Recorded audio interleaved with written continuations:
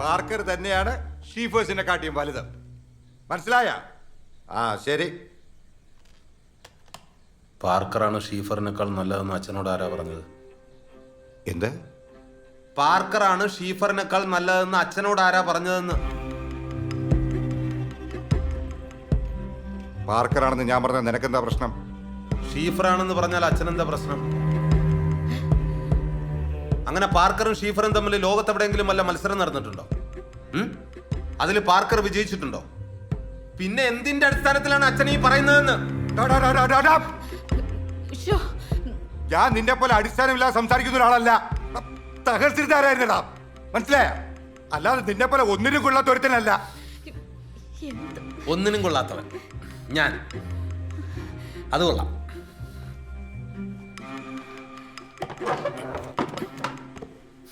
അത് കൊള്ളാം. കൊള്ളാം.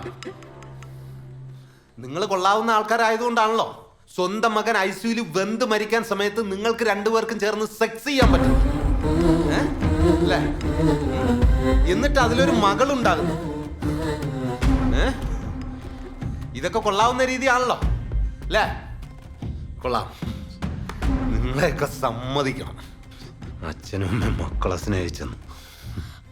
3 മാസം എന്റെ ഷെബിമോനകത്ത് കടന്നത്. അവൻ പോകുന്നവരെ ഞാൻ അവനെ പൊന്നുപോലെ നോക്കിയിട്ടുണ്ട്. നിനക്ക് എന്തറിയടാ? 3 മാസം 3 മാസം വെറും 3 മാസം നിങ്ങൾക്ക് പിടിച്ചിരിക്കാൻ പറ്റില്ല അല്ലേ? കൊള്ളാം. ടീച്ചറും കൊള്ളാം, തഹസിൽദാരും കൊള്ളാം. മകൻ വെന്തളിഞ്ഞ് ചാകാൻ കിടക്കുമ്പോഴേ നിങ്ങൾക്കൊക്കെ ഇതെങ്ങനെ സാധിക്കുന്നു എന്നാ? കൊള്ളാം. എന്റെ ചേട്ടനെ നിങ്ങൾ സ്നേഹിച്ചിരുന്നല്ലേ? കൊള്ളാം കൊള്ളാം.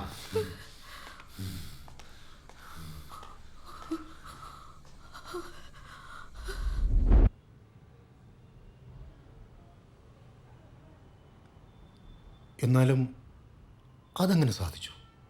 അന്നവന് നല്ല പവറായിരുന്നില്ലേ? ഒറ്റയടിക്ക് കസാര തന്നെ പിന്നെ ആയിപ്പോയി. അതല്ല ഞാൻ ചോദിച്ചത്. സ്വന്തം മകൻ ആശുപത്രി കിടക്കുമ്പോൾ നിങ്ങളെ കൊണ്ട് അതെങ്ങനെ സാധിച്ചു?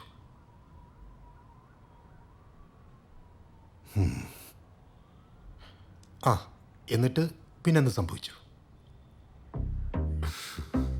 ഞാൻ ഇന്നലത്തെ കാര്യം ആലോചിച്ചിട്ടേ എന്ത് മോശ. എനിക്കതല്ല, നിഷിമ ഇതറിഞ്ഞാൽ എന്തായിത്തീരുമെന്ന. പക്ഷെ അവൾ അറിയാതിരിക്കുന്നത് എങ്ങനെയാ? അവള് ജനിച്ചത് എങ്ങനെയാന്ന് അവളും കൂടെ അറിയണ്ടേ?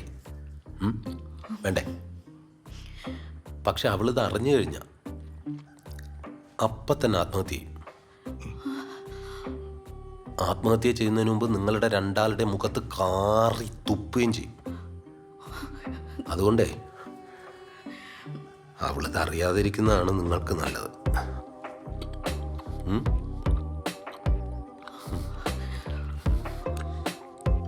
വാട്ട പുട്ടമ്മ. ഓ സൂപ്പർ. അച്ഛന് ലേശം കറി ഒഴിച്ചു കൊടുക്കമ്മ. എനിക്ക് മതി. എണീക്കട്ടെ.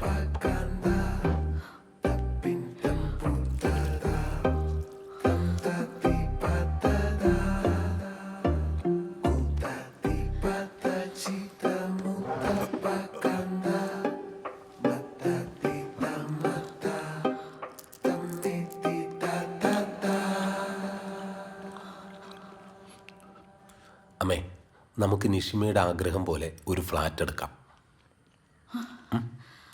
ഒരു കാറ് വേണോ ചാ? അമ്മയ്ക്ക് ശരി ചാ. ഇവിടുത്തെ ആൾക്കാരൊന്നും ശരിയല്ലെന്നേ, നമുക്ക് മാറാം. സാറേ,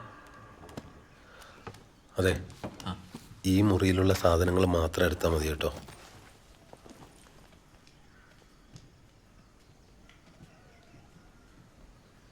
ചേട്ടാ, എന്നാ ഇറങ്ങിയാലോ പുതിയ ഫ്ലാറ്റിലേക്ക്?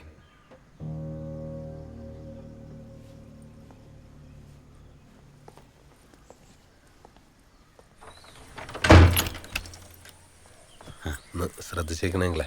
ആ മോനെ. ശരിക്കും ഇവിടുന്ന് മാറിപ്പോവാൻ മനസ്സുണ്ടായിട്ടല്ല.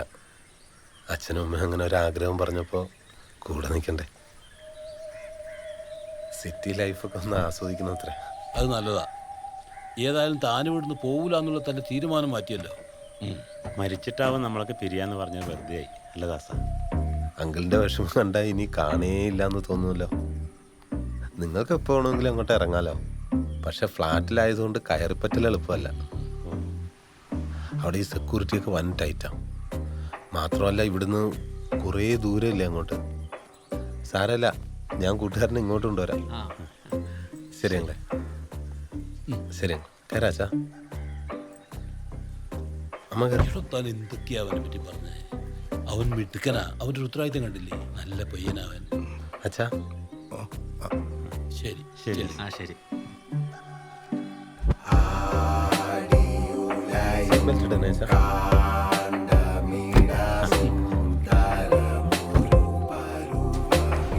ശരിയങ്ങളെ, ശരി ഓക്കെ.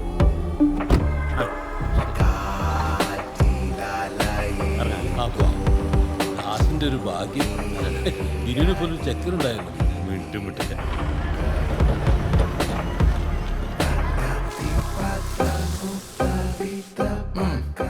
Super flat. പിന്നെ ഇങ്ങോട്ട് മാറിയെന്ന് വെച്ച് എന്തായാലും ആവശ്യമുണ്ടെന്നെ വിളിക്കാൻ പഠിക്കല്ലേ, ഞാൻ ഓടി വരും. അത് പിന്നെ നിനക്കവിടെ ഒരു നല്ല ജോലിയൊക്കെ ഉള്ളതല്ലേ. ഇനി അതും വിട്ടിട്ട് ഇത്രയും ദൂരം അങ്ങ് ഓടി എത്തുക എന്നൊക്കെ പറഞ്ഞു. സാരല്ല, അവർക്ക് എന്തെങ്കിലും അത്യാവശ്യത്തിന് ഇവിടുന്ന് ഏതെങ്കിലും ഒരു ഡ്രൈവറെ വിളിക്കാം അല്ലേ? നീ എന്തായാലും ചോദിച്ചല്ലോ. സാധാരണ ഡ്രൈവേഴ്സൊന്നും ഇങ്ങനെയൊന്നും ചോദിക്കാറില്ല. എടാ, എങ്ങനെ പോകുന്നു ഫിനോയിലേക്ക്? നീ ശ്രദ്ധിക്കണം കേട്ടോ. ഇപ്പോ സാമാന്യം നല്ല രീതിക്ക് പോകുന്നുണ്ട്. അടിപൊളി. നീ ഇടയ്ക്ക് ഇറങ്ങണം കേട്ടോ, വിളിക്കണം. വിളിക്കാം. അപ്പൊ എന്നാ അമ്മേച്ചാ പോയിട്ട് വരാം. ശരി. ശരിടാ.